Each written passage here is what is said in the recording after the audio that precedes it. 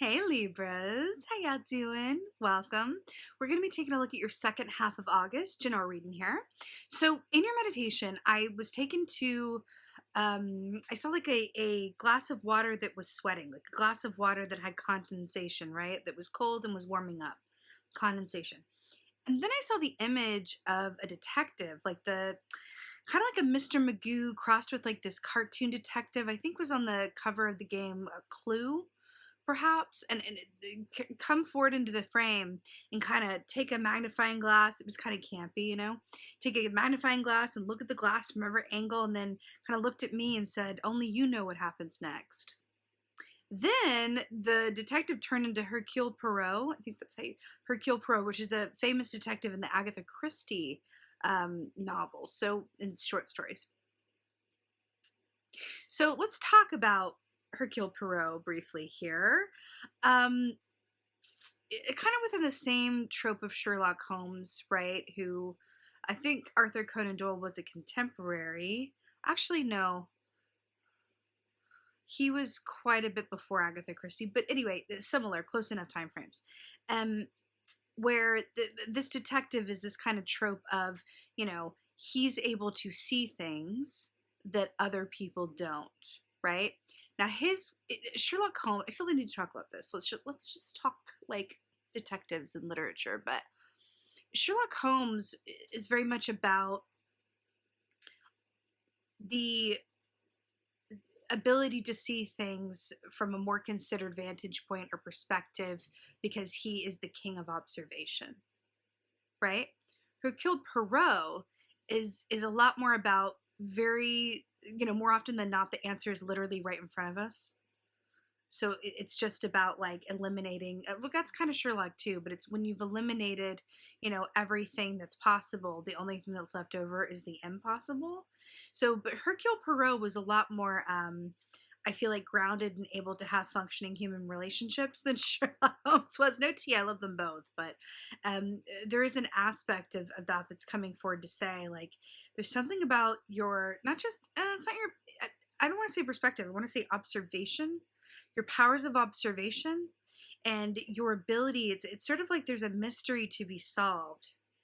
And there is this aspect of the onus being on you to do it.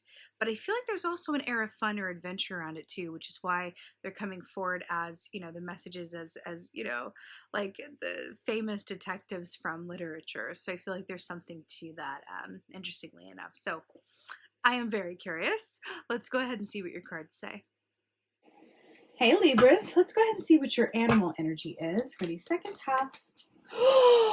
I just got chivies and I'm so here for it. You got the dragon. Is that not an eye? Were we not just talking about like a magnifying glass and like seeing things? Okay, well, it's not. So first of all, I'm so here for this. Such a beautiful synchronicity. You guys have been really killing it with the synchronicities. So the dragon energy equates to that of the justice key in the tarot, which is all about legal matters and order and equality. Were we not talking about these like crime solving detectives, which work for, they're consultants for the police department? Hello, law and order in the court, order in the court. I love this because that also is Libra energy. You guys are the justice key in the tarot. And then you're showing up here, first things first, in your own reading through the lens of the dragon. So I'm so here for this for you. Now, dragon medicine, yes, is about being able to see things, but it's also about seeing others and yourself equally as well. Literally the magnifying glass, like in your meditation. But also this circle denotes that of spirit, which also speaks of this being a rather significant moment in time for you. Right? So there is that aspect coming into play as well. Also, dragon energy is very, can transport you. It kind of equates to the lower world or the third world in terms of shamanic journeying. So there is that mythical aspect of this and inherent magic, right? With the Merlin aspect coming in here as well, which says like this really can only be you. You are the only person for this job. You are the only person who has the ability to see things clearly, but also almost to a supernatural degree, because that's an aspect of these detectives. They were supernaturally great at their jobs. And if you don't think they had intuition fueling them, you would be wrong. Because even though it was never really talked about, their hunches were a huge part of what got them from point A to point, S. I just didn't want to say Z because everybody says Z. Anyway, let's go ahead and see what's going on. Fascinating already, Libras. Fascinating already. Yeah, step and repeat. The Emperor, a major arcana yet again. So Aries energy here. So the Emperor, this is about, coming from a place of authority and choices and being very pragmatic, but also knowing that you have a responsibility to care for other people, to care for yourself. You are going to be the one that people are turning to help make decisions, right? This is also the kind of patriarchal energy of everything being from a masculine lens of taking action, fixing things, getting it done. And then we have these famous detectives coming in, as masculine energies, which are all about getting it done. Now, look at this Ankh here, the Egyptian symbol. And you see that like little circle there? It's like looking through that and using that as a magnifying glass. We're talking about your intuition and supernatural matters as well. Really fascinating. What animal is that?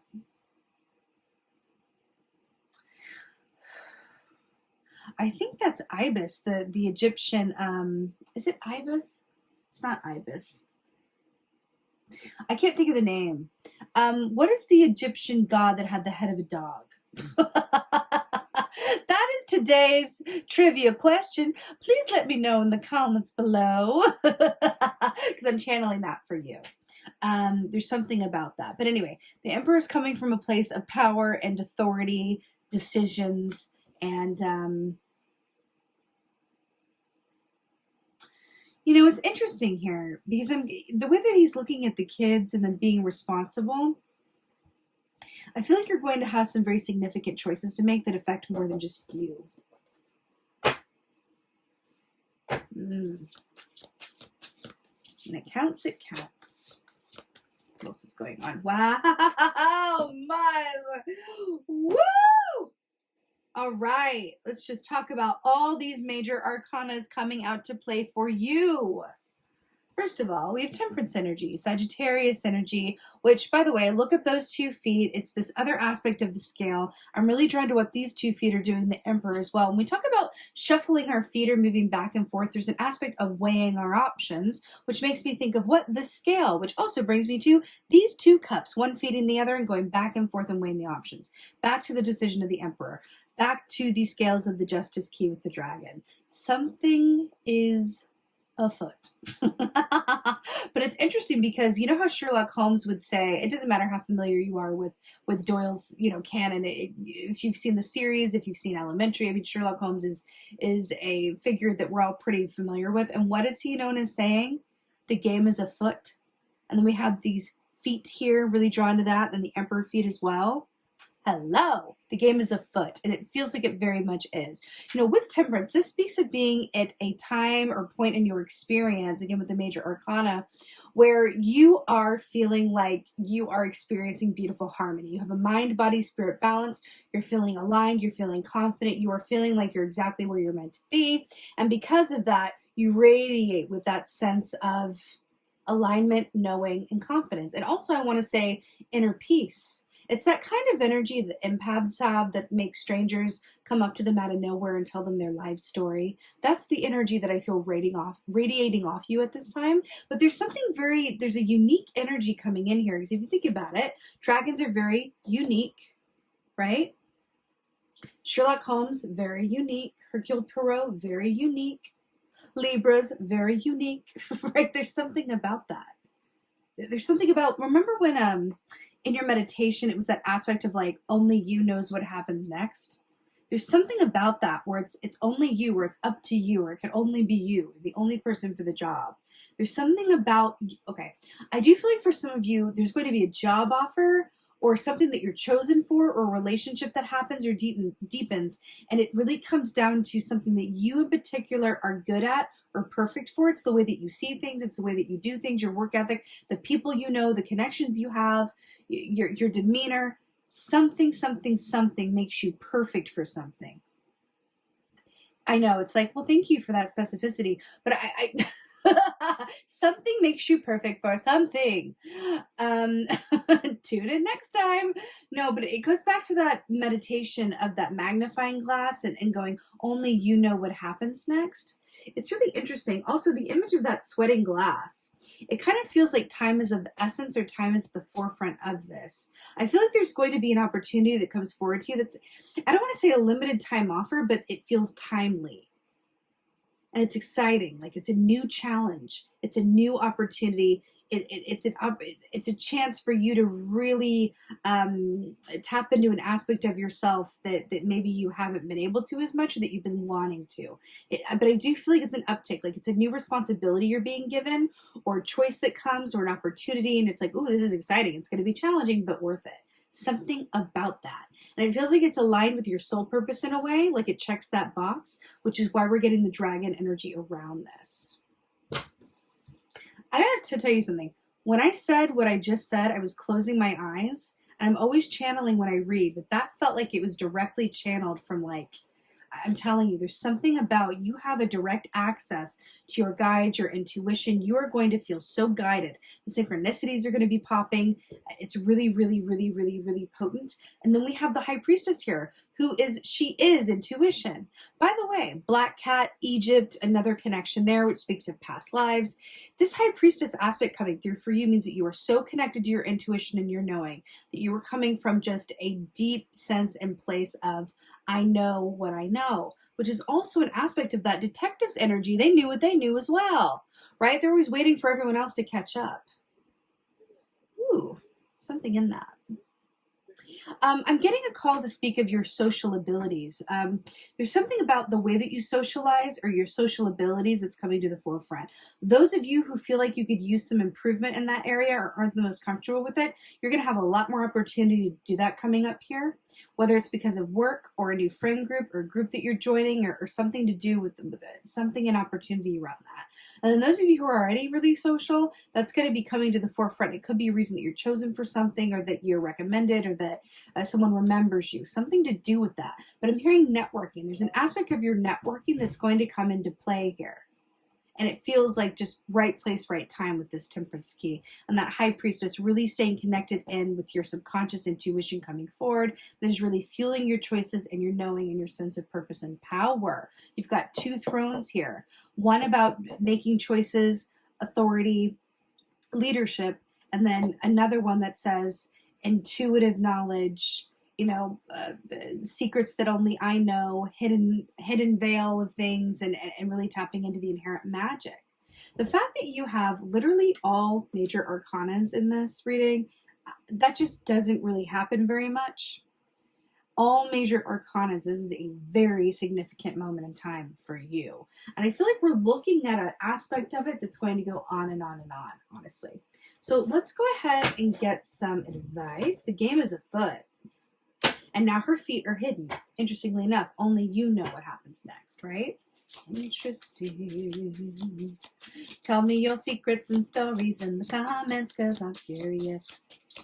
Let's get some advice. Yes. Ooh! She is not surprised. No, she is not surprised. You got the Emperor for your advice. Hello and goodbye. Hello again. So he comes up here as the horned god, right? We got some wolf action here, Capricorn energy. But do you see this is the same symbol as on, these are two different decks, same symbol as on the High Priestess's diadem there? Maiden, Mother, Crone. Choices, aspects, incarnations, and paths ahead. It's really beautiful. So when your advice is the Emperor, you're being asked to really sit in the full seat of your authority and power and make the best decisions that you can make. That's it. It's all about your decision-making abilities and what you're going to do with the info at play. But it's also about the game. It's also about the process. It's also about the clue, right? It's also about getting all the information that you need, right, in order to make these decisions. But remember that magical dragon energy about being able to see yourself and others very, very clearly. You as a Libra have access to these scales in the Justice key, right? So you have the ability to take all your information and weigh it and make the best and most fair decisions for everybody. And that is your advice. There's something about this. Let me give you an example. Let's say that you are recommended for a particular job or opportunity because you're known as fair-minded, and they feel like you are the person to make the most fair decisions or have the best perspective around something. That's just an example. but it's like you're being rewarded for an innate ability that you have. And the more that you can bring that to the forefront and really claim it, the better you'll be. I keep hearing it. The game is afoot, and it feels incredibly exciting. I mean, what's better than starting a good game of Clue? You know what I mean? Let's get an oracle. I'm feeling like the vintage oracle for my Libras. Let's do it. All major arcanas. That just doesn't really happen very often. It's really something else. Your readings have been a little extra magical as of late. Oh, this one's fallen out. Just another one. Yeah, let's get two. Ooh! Hello and goodbye and hello again. Playfulness. Are those not butterfly wings? My Libran butterflies, right? You know I associate you guys with butterflies, right? That is Libra energy. And then you're here in play form. Now, what were we talking about? Just playing a game of Clue? The game is afoot. This is such a beautiful approach to go through, I think, this energy with, because if you can balance that sense of playfulness and enjoyment with the Emperor's sense of responsibility and purpose, the limitless potential. Also, I'm really drawn to these autumnal leaves. You know, you guys, especially the northern, well, only in the northern hemisphere, are born during the autumn time. As a matter of fact, your birthday season begins really around the autumnal equinox of Mabon on September 21st, right? So you guys are like, you premiere the autumn time in the northern hemisphere, right? You premiere it. It all begins with you. The autumn is your runway. Take it to the runway, right? That's you. So there's something about this rolling on and through like the beginnings of August and Mabon. It's really, really powerful. It's stunning. It's beautiful. Also, we have this Temperance energy here, which speaks of Sagittarius season. So I feel like there's a little extra emphasis on the autumn for you as well. It's really, really beautiful. The colors of autumn here, the colors of autumn here, and the dragon. It's really stunning. Really stunning. But this is about how you approach things, and I feel like this is you. It's really stunning. Now, you also have peace, which I just find really wonderful. We have these honeycombs here, which speak of bees, which is about the sweetness of life and also teamwork and considering others as well as yourself. Now, I really love this for you, and I feel like this is a very special note for somebody. Because as you look at this image, right, all is right and well in the world. This is an offshoot of the Emperor with the children here. I feel like this is a special message for someone around, you know, everything is well and everything will continue to be well. I feel that very innately. When we say we have inner peace, I don't know if there's anything more priceless than that. Inner peace. And that doesn't mean that everything is perfect all the time. It just means that your inner state is not reliant or dependent or affected by what happens in your external circumstances. And that's the thing. When your internal state of being isn't directly affected by your external state, right, by life happening, that is a level of superpower that is just, it's supernatural in nature, because that is such an aspect of the human experience that is the struggle that can be so difficult. So difficult. I'm going to bring up COVID because I feel like bringing it up. Let's talk about COVID briefly. A huge global event where everybody was thrown into a state of chaos and unknown and duality and fighting and arguing and dissent and fear, right? Now, how many of us were able to maintain a state of inner peace throughout the early days of COVID? Nobody. Like, nobody, right? And I feel like bringing that up to say that it's not about always feeling peaceful and then you're winning at life that way. Inner peace is found through acceptance, is my point. Inner peace is found through acceptance. Because it doesn't mean that I'm inwardly happy or inwardly, at odds. It's just to be at peace is to be in acceptance. And I feel like that is the whole point of this, right? And when you go to court, you accept a ruling. You accept the judge's ruling as well. And we're talking about this court energy with justice here as well. So a little extra something for you. But my beautiful Libras, this was a pleasure as always. I'm sending you so much love and many blessings for your second half of August. I so hope that this helps and resonates. If so, please do let me know in the comments below. I love reading your comments.